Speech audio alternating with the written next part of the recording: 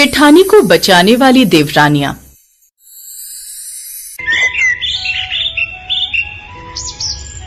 काव्या सभी लोगों को खाना परोस रही होती है कि तभी काव्या का जेठ कुणाल भी खाना खाने के लिए आता है।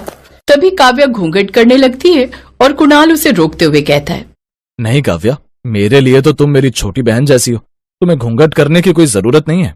तभी वहीं टेबल पर बैठी हुई उसकी माँ सुमित्रा घूर कर काव्या को देखती हैं और कहती हैं, मैं अभी बता रही हूँ, ये विदेशी संस्कार यहाँ पर दिखाने की जरूरत नहीं है। काव्या, कुणाल तेरा जेठ है, घूंघट कर। लेकिन माँ जी, कुणाल भैया तो बड़े भाई की तरह प्यार जता रहे हैं, इसमें गलत क्या है? अगर घूंघट नहीं होगा तो काव्या दीदी काम भी जल्दी कर पाएंगी। अंजलि, तू भी इसकी बातों में मत आ, ये घूंघट हमारी मर्यादा है, तू भी चुपचाप अपना काम कर। मैंने बोला ना माँ, काव्या और अंजलि घूंघट नहीं करेंगी, वो मेरी छोटी बहनों जैसी हैं। छोटी बहन भी कभी बड़े भाई से घूंघट करती है क्या?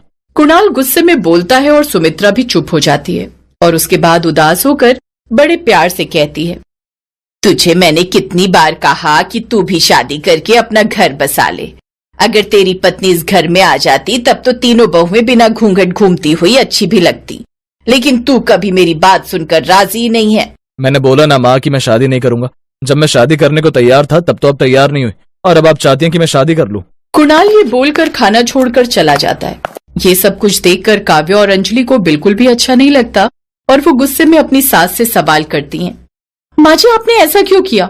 मेरी और अरुण की भी तो लव मैरिज थी, हम दोनों की भी लव मैरिज आपने करवा दी, लेकिन कुणाल भैया की नहीं। आखिर क्या कमी थी उनकी पसंद की लड़की में ऐसी?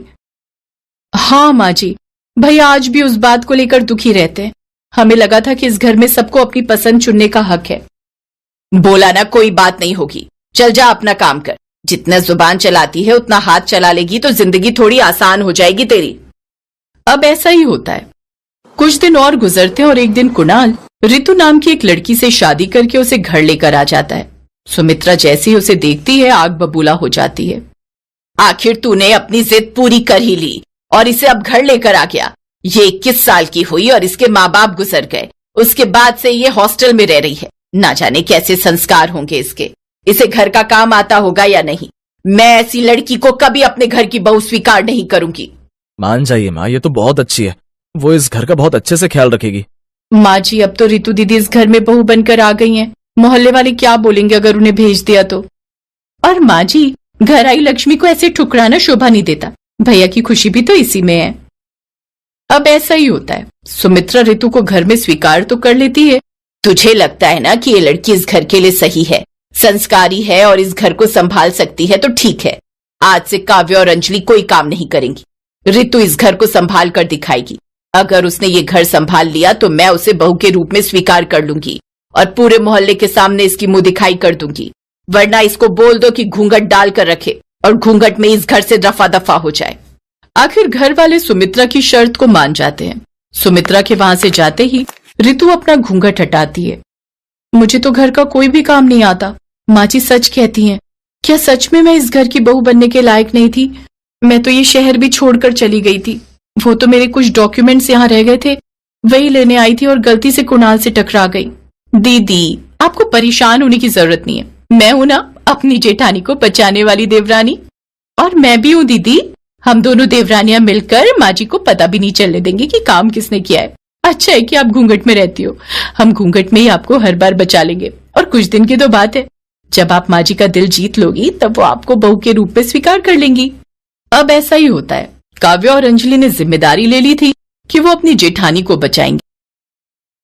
अगले दिन उसकी जेठानी यानी ऋतु के पहली रसोई की रस्म होती है। जैसे काव्या और अंजलि रसोई में जाती हैं तो देखती हैं कि सारा खाना जला दिया गया था। अरे दीदी, आपसे किसने कहा था रसोई के अंदर ये युद्ध मचाने के लिए? माँ जी तो ये बदबू सुनकर ही रसोई में आ जाएंगे और सब कुछ पता चल जाएगा उन्हें। लगता है दीदी ने मसाले और आग के साथ खेल कर दिया। काव्या दीदी जल्दी करो, माँ जी आती होंगी। मैंने सोचा कि सब कुछ तुम दोनों कैसे करोगी, इसलिए मैंने YouTube से देखकर ये सब कुछ बना लिया, लेकिन मुझे नहीं पता था कि सब कुछ इतना खराब हो जाएगा। इसमें इतना चिंता करने की जरूरत नहीं है दीदी। आप एक काम करो, जैसी साड़ी मैंने पहनी है वैसी साड़ी मेरे कमरे में रखी हुई है। आप वो साड़ी पहनकर जल्दी से आ जाओ और घूंघट कर लेना, ताकि किसी को पता न चले कि यहाँ नाश्ता मैं बना रही हूँ। अब ऐसा ही होता है।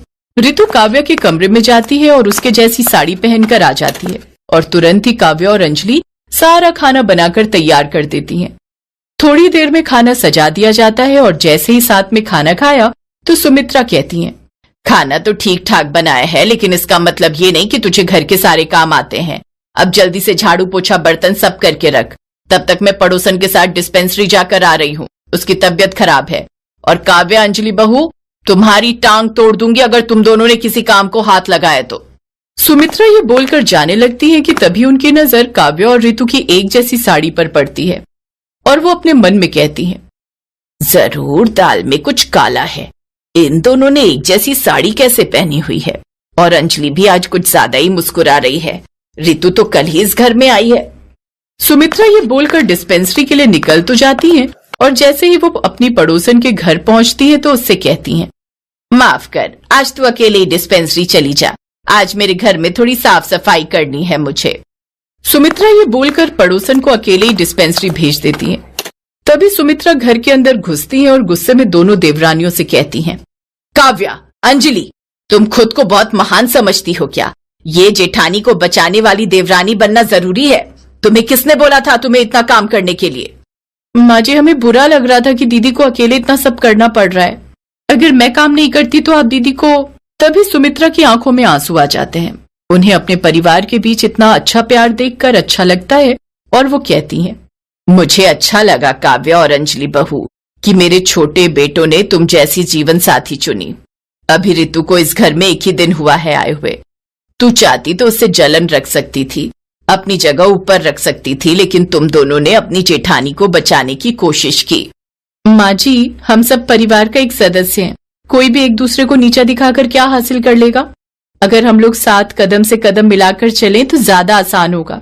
और माँ जी, ऋतु दीदी की कोई गलती नहीं है, वो शुरू से अकेली रही है तो उन्हें घर के काम करने की आदत नहीं है और ना ही उन्हें आता है, इसके लिए हम उन्हें गलत नहीं ठहरा सकते ना।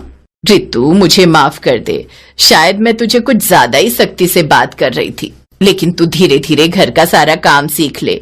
एक बहू होने के नाते तुझे सब कुछ आना चाहिए, ये तेरी भी जिम्मेदारी बनती है। माँ जी, मैं आपसे वादा करती हूँ कि ज्यादा दिन तक मेरी देवरानियों को मुझे बचाना नहीं पड़ेगा और एक दिन मैं बहुत अच्छी बहू बनकर साबित होंगी और उसके बाद मैं अपनी देवरानियों के साथ कंपटीशन भी किया करूंगी कि कौन ज्यादा अच्छी बहू है। काव्या और अंजलि ये सुनकर जोर जोर से हंस पड़ती हैं और बड़े प्यार से ऋतु को जवाब देती हैं, दीदी क्यों नहीं, हम दोनों मिलकर बस बहू होने का कंपटीशन भी कर लेंगे और उसके बाद में मुझे अपनी जेठानी को बचाना भी नहीं पड़ेगा, लेकिन सबसे पहले अपनी जेठानी को मुझे लड़ाई करने के लिए ट्रेन तो कर लूं। पूरे 2 साल से काव्या के हाथों का नाश्ता खा रही हूँ, तुम्हें क्या लगता है मैंने स्वाद नहीं पहचान लिया था? लेकिन बस मैं अपने शक को यकीन में बदलना चाहती थी और वो आज हो ही गया। इन बूढ़ी नजरों से कुछ नहीं बच सकता मेरे बच्चों। पूरे परिवार में खुशियों का माहौल होता है। आखिरकार सुमित्रा अपने बेटे कुणाल की खुशी के लिए ऋतु को बहू के रूप में स्वीकार कर लेती है और उसकी मुंह दिखाई की रस्म भी रखवाती है। और कुछ ही महीनों के बाद ऋतु भी अपने वादे पर खरी उतरती है और घर के सारे काम बहुत अच्छे से सीख लेती है।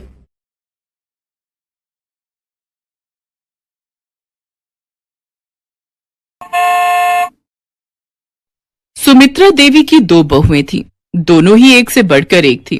बड़ी बहू उर्वशी और छोटी बहू कोमल लोगों के सामने जितना प्यार दिखाती, अंदर से वो एक दूसरे से उतना ही चिढ़ा करती थी। ऐसे ही एक शाम जब सभी लोग एक साथ बैठकर चाय पी रहे थे, तभी सुमित्रा बोलती है, अरे ये चाय किसने बनाई है? जी माँ जी, ये मैंने बनाई है। वाह बहू, मजा आ गया। इस उर्वशी को तो कुछ भी ढंग का बनाना नहीं आता। जब से तू आई है ना, खाने पीने की तो मौज लग गई है। हाँ हाँ, सारे गुण तो आपकी छोटी बहू में है, हम तो इस घर में पागल बैठे हैं। अरे जो सच है वही कहा है, ज्यादा पिच पिच मत कर। अरे अरे माँ जी, रहने दो, नहीं तो दीदी मेरी तारीफों से जल जल कर आधी हो जाएंगी। उर्वशी बुरा सा मुंह बनाकर वहां से चली जाती है और वहीं कोमल अपनी तारीफ सुनकर 7वें आसमान की सैर करने लगती है। ऐसे ही वक्त बीतता है। फिर एक दिन कोमल प्रेस कर रही होती है, तभी उसे कुछ काम याद आता है। वो बाहर जाती है और थोड़ी देर में फिर से वापस आकर प्रेस करने लगती है। ऐसे ही अगले दिन सुबह सुबह सुमित्रा कोमल को आवाज देते हुए बोलती है, अरे कोमल बहू, जल्दी से मेरी गुलाबी वाली साड़ी ले आ, मुझे शर्मा जी के यहाँ पूजा में जाना है। अब आएगा मजा। ला रही हूं माँ जी। ये लीजिए आपकी साड़ी माँ जी। वाह, ये साड़ी तो चमक रही है प्रेस के बाद। अच्छे से देख लो माँ जी, कहीं से जली तो नहीं है, वैसे भी अपनी प्रेस खराब हो रखी है। अरे ऐसी बात है माँ जी, मैं आपकी साड़ी आपको खोलकर दिखाती हूँ। कोमल सुमित्रा और उर्वशी के सामने से पूरी साड़ी को खोलकर अच्छे से दिखाती है और वो कहीं से भी जली नहीं होती। सुमित्रा उर्वशी को फिर से 4 बातें सुनाकर कोमल की तारीफ करके वहां से चली जाती है। सुमित्रा के जाते ही कोमल बोलती है, क्या हुआ दीदी, आपकी चाल उल्टी पड़ गई? आपने तो माँ जी की साड़ी जला दी थी, फिर ये सब कैसे हो गया? यही सोच रही है ना आप? क्यों बकवास कर रही हो? मैंने तो बस यूं ही कहा था। रहने दो दीदी, अब ज्यादा भोली मत बनो। मैं जब अपने कमरे से बाहर गई थी तब मैं अपने फोन का कैमरा ऑन करके छोड़ गई थी और देखिए उसमें आपकी सारी हरकत रिकॉर्ड हो गई थी। इसलिए मैं शाम को ही बाजार जाकर माँ जी की साड़ी जैसी सेम टू सेम साड़ी ले आई और माँ जी को दे दी। इस बार तो बेटा तू बच गई, लेकिन अगली बार नहीं बचेगी। ऐसे ही वक्त बीतता जाता है। कोमल और उर्वशी वो दोनों एक दूसरे के खिलाफ ऐसे ही साजिश जारी रखते हैं। ऐसे ही एक दिन सुमित्रा अपनी दोनों बहुओं के लिए सोने का हार बनवाकर लाती है और लाकर टेबल पर रख देती है, जिसके बाद वो फ्रेश होने बाथरूम में जाती है। तभी वहां उर्वशी आती है और उसकी नजर हार के उस बॉक्स पर जाती है जिन पर दोनों लोगों के नाम की स्लिप लगी हुई थी। उर्वशी उन दोनों हार के बॉक्स को खोलकर देखती है और उन हारों की अदला बदली कर देती है और उसके बाद फटाफट से वो वहां से चली जाती है। थोड़ी देर बाद सुमित्रा आकर दोनों को आवाज लगाकर कहती है, कहाँ हो तुम दोनों? उर्वशी, कोमल, जल्दी आओ यहाँ। क्या हुआ माँ जी? जी माँ जी, आपने बुलाया? तुम दोनों के लिए सोने के हार बनवा कर लाई हूं, ये सामने रखे हैं, अपने अपने नाम की स्लिप देखकर ले लो। माँ जी को क्या लगा था मुझसे चालाकी करेंगी? भारी वाला हार इस कोमल को दे देंगी और हल्का वाला मुझे, पर मेरा नाम उर्वशी है। चालाकी करना मेरे खून में है।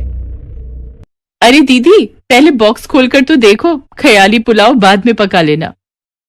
उर्वशी जैसे ही बॉक्स खोलकर देखती है उसकी आंखें फटी की फटी रह जाती हैं। वो जोर से चिल्लाकर बोलती है, ये कैसे हो सकता है? क्यों चिल्ला रही हो, क्या हो गया? माँ जी, दीदी के कहने का ये मतलब है कि इतना सुंदर हार कैसे बन सकता है? क्या कमाल की कारीगरी करी है सुनार ने। हाँ, तभी तो लाई हूं। वैसे इस उर्वशी के लिए हार लाने का जरा भी मेरा मन नहीं था, फिर इसका मुंह बन जाता। इसकी काम चोरी के चलते तो मैं इसे टॉफी भी ना दूं। हाँ, सारी काम चोरी तो मैं ही करती हूँ और सारा काम कोमल करती है। हाँ दीदी, सच में, देखा, अब तो आपने अपने मुंह से कह दिया। आप काम चोरी करती हैं और मैं काम करती हूँ। ज्यादा मत बोल, तेरी चालाकियां मैं अच्छे से समझती हूँ। अरे बस दीदी, बस थम भी जाओ, कहीं ऐसा ना हो आपके कारनामों के नमूने में सासू माँ को दिखा दूं। इससे पहले सुमित्रा उन्हें चुप करवाने के लिए कुछ कहती, उर्वशी अपने पैर पटकती हुई अपने कमरे में चली गई और कोमल भी उसके पीछे पीछे उसके कमरे में जाकर बोलती है, हाँ दीदी, आपने बहुत ही सफाई से हार बदला था। मैंने आपको ये सब करते देख लिया था। बड़ी ही सफाई के साथ मैंने स्लिप बदल दी और मेरा हार मेरे पास आ गया। और दीदी, आप ऐसी बचकानी हरकत कब तक करती रहेंगी? कोमल इतना कहकर अपने कमरे में चली जाती है और उर्वशी का गुस्सा आर पार हो गया था और वो गुस्से में बोलती है, बहुत हो गई इसकी मनमानी, पर इसे क्या लगता है उर्वशी से जीत जाएगी? उर्वशी वो कांटा है जो एक बार लग जाए ना तो खून चूस कर ही बाहर निकलता है। अब कोमल और ज्यादा चौकन्नी हो गई थी। ऐसे ही एक दिन पता चलता है कि कोमल प्रेग्नेंट है, जिसके बाद उसकी सास उसकी और ज्यादा देखभाल करने लगती है, जिसे देखकर उर्वशी और ज्यादा चिढ़ जाती है और उसके बच्चे को मारने का प्लान करती है।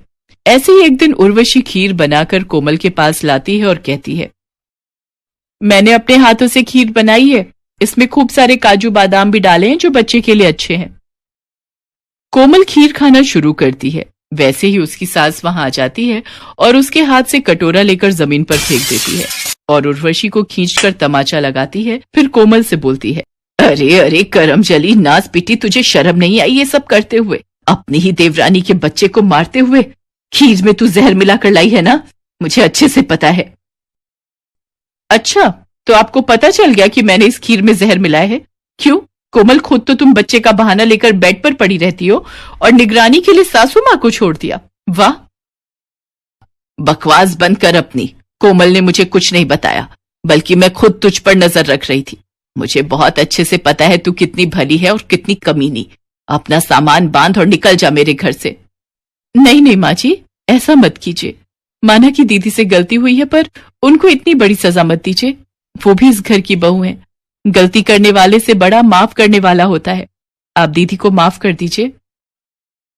अपनी सास और देवरानी की बातें सुनकर उर्वशी को अपनी गलती का एहसास होता है और वो दोनों से माफी मांगती है और सारे गलत काम छोड़ देती है। इसके बाद 9 महीने पूरे होने पर कोमल एक बहुत ही सुंदर सी बेटी को जन्म देती है और दोनों देवरानी जेठानी मिलकर उसका खूब ख्याल रखती हैं।